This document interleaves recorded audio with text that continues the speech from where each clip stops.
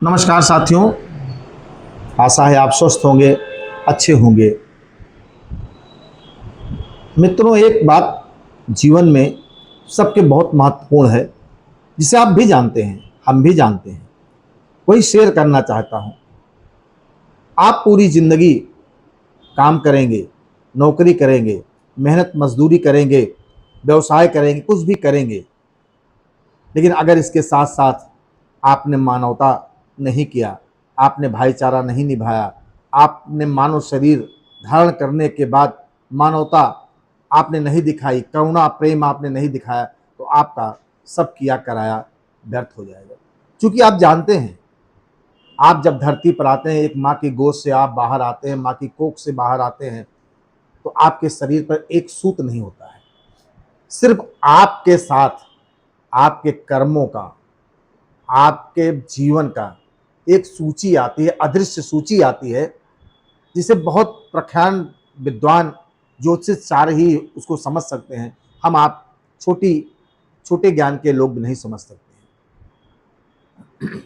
उसमें 80% बातें जो लिख करके विधि विधाता जो लिख के देते हैं वो होती है, 20% ब्लैंक होता है।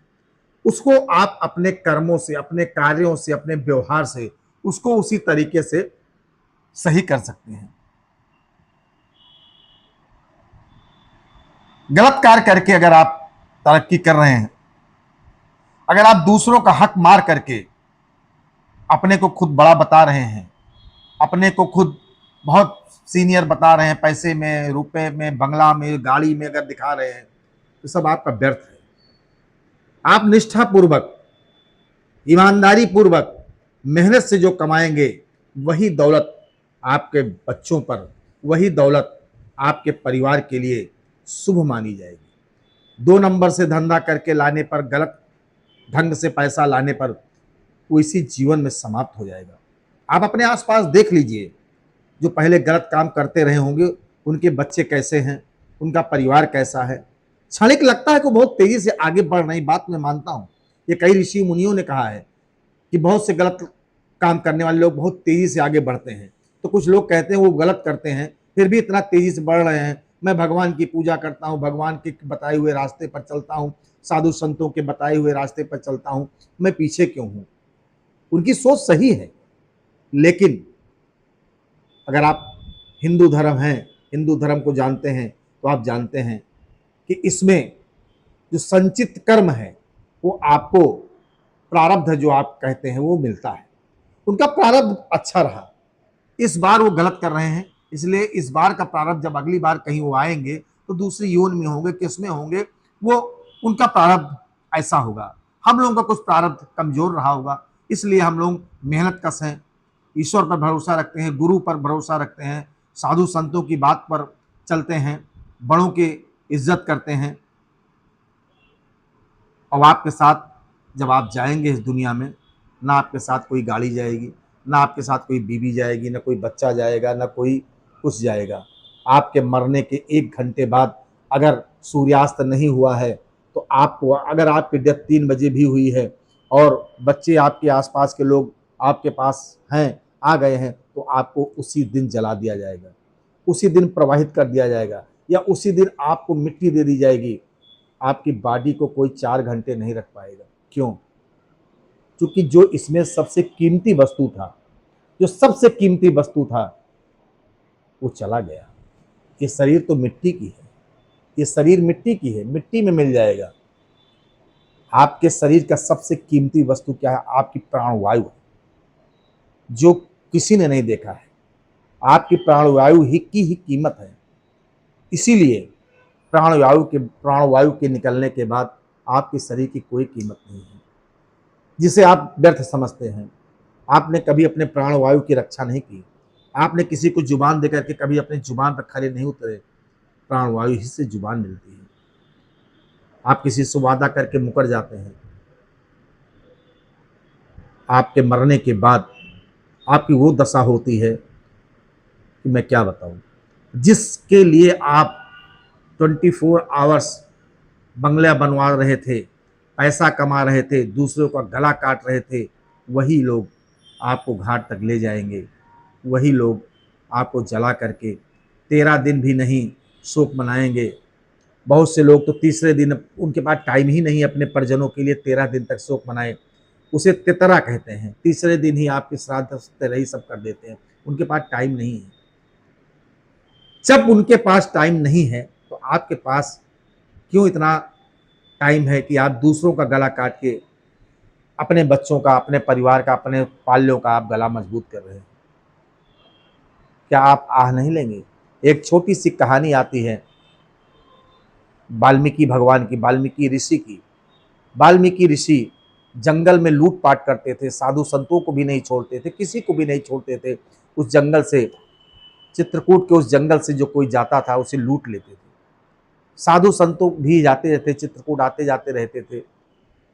वो जाके भगवान विष्णु से गुहार किए, प्रभु एक ऐसा दुर्दांत डकैत है जो हम साधु सन्यासियों का सत्तू भी छीन लेता है, कुछ नहीं छोड़ता है, पोथी पत्रा जला देता है, मारता पीटता है। भगवान विष्णु ने कहा ठीक है, मैं उसको समझाने जाऊंगा। उसका नहीं प्रभु, समझ गया नहीं, कहीं ठीक है, मैं देखता हूं। भगवान विष्णु एक धनी सेठ के रूप में, साधु सन्यासी के रूप में जंगल से गुजर रहे थे। वाल्मीकि ने कहा ठहरो। वो रुक गए। वाल्मीकि ने कहा जो सामान है सब निकाल दो। उन्होंने कहा मैं तो साधु सन्यासी आदमी हूँ, मेरे पास क्या है, यही पोटली है भोजन की, यही साधु सत्तू वगैरह है। उन्होंने कहा चाहे जो हो सब निकाल के रखो, यहाँ से कोई बिना मुझे कुछ दिए आगे नहीं बढ़ता है। भगवान विष्णु थे, उन्होंने कहा ये क्यों करते हो? कहीं मैं अपने परिवार के लिए सब करता हूँ, अपने बीवी बच्चों के लिए सब करता हूँ, कहीं ये गुनाह कर रहे हो, ये आप गलत कार्य कर रहे हो, इसकी सजा भगवान आपको देगा कि नहीं देगा? कहीं सजा क्यों देगा? हमारे साथ जो लोग खा रहे हैं वो भी सजा भोगेंगे? कहीं नहीं, आप अकेले सजा भोगोगे। आप गलत काम खुद कर रहे हो ना, इसमें आपकी बीवी बच्चा सजा नहीं भोगेंगे। कहीं क्यों नहीं भोगेंगे? मैं कमा के ले जाता हूं उन्हीं के लिए, तो कहीं ठीक है। आप अगर सत्य हैं तो आप जाइए अपने बीवी बच्चों से पूछ आइए कि मैं जो कमा करके लाता हूं, गला काट के लाता हूं, मार काट करके लाता हूं, और मुझे जो सजा मिलेगी उसमें आप लोग हिस्सेदारी लेंगे कि नहीं लेंगे? कहीं हाँ, मैं जाऊं पूछने ताकि आप भाग जाओ? कहीं नहीं, मैं भागूंगा नहीं, मुझे इसी पेड़ में बांध दो। वाल्मीकि डाकू थे, उन्होंने रस्सी से भगवान विष्णु को बांधा। भगवान विष्णु तो लीला कर रहे थे, एक समझाने आए थे। और भगवान वाल्मीकि ऋषि, मतलब डकैत ऋषि का जीवन में परिवर्तन करने आए थे। जीवन में परिवर्तन तभी होता है जब कोई साधु मिल जाए, संत मिल जाए, गुरु मिल जाए, भगवान मिल जाए, जीवन तो अपने आप पलट जाता है। मैंने अपनी उम्र में देखा बहुत से लोगों को जिनकी आदत बहुत खराब थी, अचानक उनकी आदत बहुत सुधर गई। तो भगवान को बांध करके वाल्मीकि जी अपने परिवार में गए, अपनी पत्नी से कहा क्यों जी, मैं जो लूट मार कर रोज लाता हूँ उसमें तुम लोगों को खिलाता हूँ, मुझे जो कोई सजा मिलेगी भगवान देंगे तो उसमें आप हमारा हिस्सेदारी बनेगी ना, वो कष्ट भोगने के लिए? कहीं मैं क्यों बनूंगी? लूट मार आप कर रहे हो, आप जानो ना। उनको एक झटका लगा कि मेरी बीवी है जिसके लिए मैं सब कुछ करके लाता हूं, ये नहीं मेरी भागीदारी बनेगी। बच्चों से पूछता हूं। उन्होंने बच्चों से कहा, बच्चों ने कहा आप मेरे पिता हो, आपका दायित्व तो है मुझे भोजन देना, वस्त्र देना, मकान देना, सुविधाएं देना, आपका यह दायित्व है, मेरा दायित्व नहीं है, मेरा कोई दायित्व नहीं है। आप अगर गलत काम करके पैसा लाते हो तो आप ही भोगोगे। वाल्मीकि की आंख खुल गई कि वो साधु जो आया है वो सही कह रहा था। वाल्मीकि जी वहां गए, उसको खोले और उनके चरणों पर गिर पड़े। कहीं साधु महात्मा जी, आपने सही कहा था, मैंने तो अनगिनत पाप किए हैं, अब मेरा उद्धार कैसे होगा? तो साधु भगवान विष्णु के रूप में आए, वाल्मीकि को दर्शन दिया और कहा आपका नाम केवल राम राम आप जपिए, राम राम केवल आप जपते रहिए, आपका कल्याण हो जाएगा। वाल्मीकि बाद में राम नहीं कह पाए, चूंकि इतना लूट मार, इतने गंदा काम किए थे कि उनके मुंह से भगवान का नाम राम नहीं निकल रहा था। और जब अंतर्ध्यान हुए भगवान विष्णु तो भूल गए कि उन्होंने क्या कहा था, राम कहा था, मरा कहा था। तो उनको मार काट ज्यादा आता था तो राम नहीं कह पाए, वो मार मार मार मार मार, मरा मरा मरा मरा कहने लगे। मरा मरा मरा मरा मरा अगर आप 3 बार कहेंगे 2 बार राम हुआ। मरा मरा मरा, 3 बार आपने कहा मरा मरा मरा, 2 बार राम आया। यही चौपाई गोस्वामी जी ने श्री रामचरितमानस में लिखी है कि उल्टा नाम जगत जग जाना, वाल्मीकि भय ब्रह्म समाना। उसके बाद उल्टा नाम से भगवान वाल्मीकि डकैत ऋषि हो गए, महर्षि हो गए, ऋषि हो गए वो, और उन्होंने रामायण की संस्कृत में रचना की।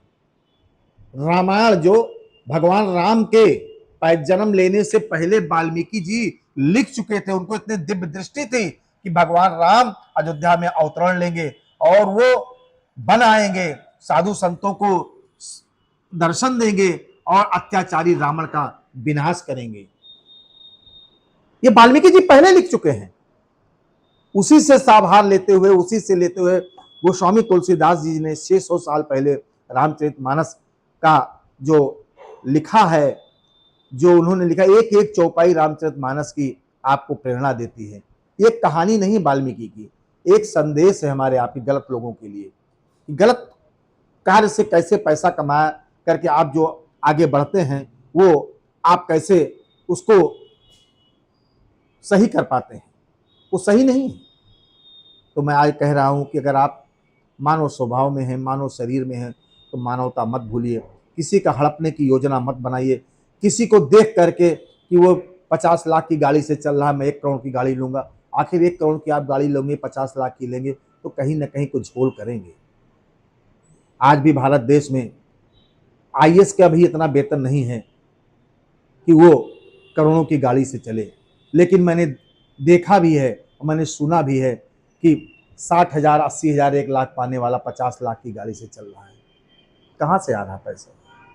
आप लखनऊ का गोमती नगर देख लीजिए, आप लखनऊ गोमती नगर एक्सटेंशन देख लीजिए, आप इलाहाबाद में देख लीजिए, आप नोएडा गाजियाबाद में देख लीजिए। करोड़ों करोड़ों रुपए के एक एक फ्लैट बने हैं।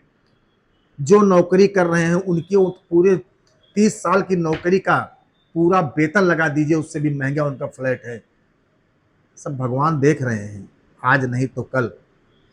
अभी मैंने देखा, आज ही एक समाचार आया, एक युवा जज है, उसने फांसी लगा लिया अपनी उसमें लिखा अपनी पत्नी के कुछ आचरण से, कार्य व्यवहार से। कहाँ हमारा समाज है?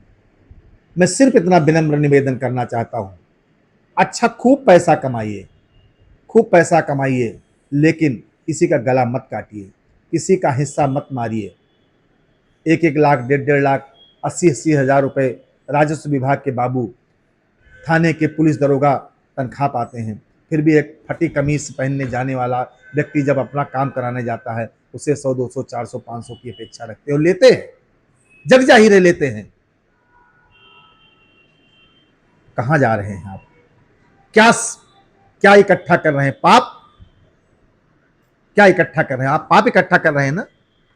घड़ा भरेगा, घड़ा भरेगा और फूटेगा तो आपके बच्चों पर, आपके बीवी पर, आपके परिवार पर आएगा। मेरा ये कहना मान लीजिए। मैं ये नहीं कहता हूं कि आप हरिश्चंद्र बन जाइए, आप हरिश्चंद्र नहीं बन सकते हैं, आप हरिश्चंद्र नहीं बन सकते हैं, लेकिन आप किसी का गला मत काटिए।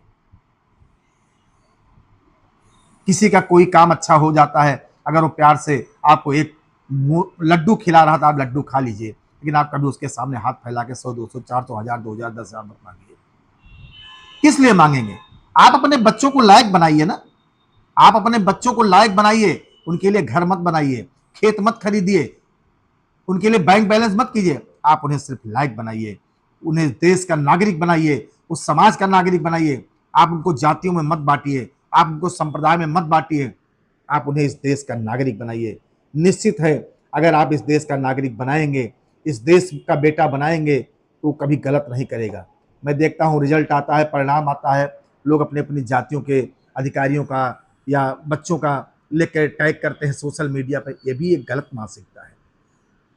जब वो गर्द में था, जब वो कभी कुछ नहीं था, तो आपने उसकी 1 पैसे की मदद नहीं की। जैसे ही वो हो गया, बाबू हो गया, इंस्पेक्टर हो गया, दरोगा हो गया, पीसीएस हो गया, आईएएस हो गया, कुछ भी हो गया, आपने तुरंत अपने सोशल मीडिया पर लगाया, फलाने को बहुत बहुत बधाई। अरे काहे की बधाई भाई? आप दे रहे हो तो सामूहिक बधाई दो ना। सामूहिक रिजल्ट आया है, जितने बच्चे पास हैं सबको बधाई दो, जो फेल हैं उनको सांत्वना दो, बच्चे अगले साल आप मेहनत करो। ये होता है बड़प्पन। मैं सोशल मीडिया पर सुधार चाहता हूँ। ये जो गंदगी फैली हुई है, सोशल मीडिया कितना अच्छा प्लेटफॉर्म है, एक अच्छा इतना प्लेटफॉर्म है कि हम आपको नहीं जानते हैं लेकिन मेरे विचारों को आप जानते हैं, आपके विचारों को मैं जानता हूं। मेरी आपसे कभी मुलाकात नहीं हुई है, आपसे मेरी कभी मुलाकात नहीं हुई, ना हो सकता हो जीवन में हो कभी, लेकिन कम से कम मेरे विचारों को आप तक, आपके विचारों को मेरे तक पहुंचाने का सोशल मीडिया बहुत अच्छा प्लेटफॉर्म है। कम से कम सोशल मीडिया पर तो ये गंदगी ना हो। जय सिया राम, जय अयोध्या धाम।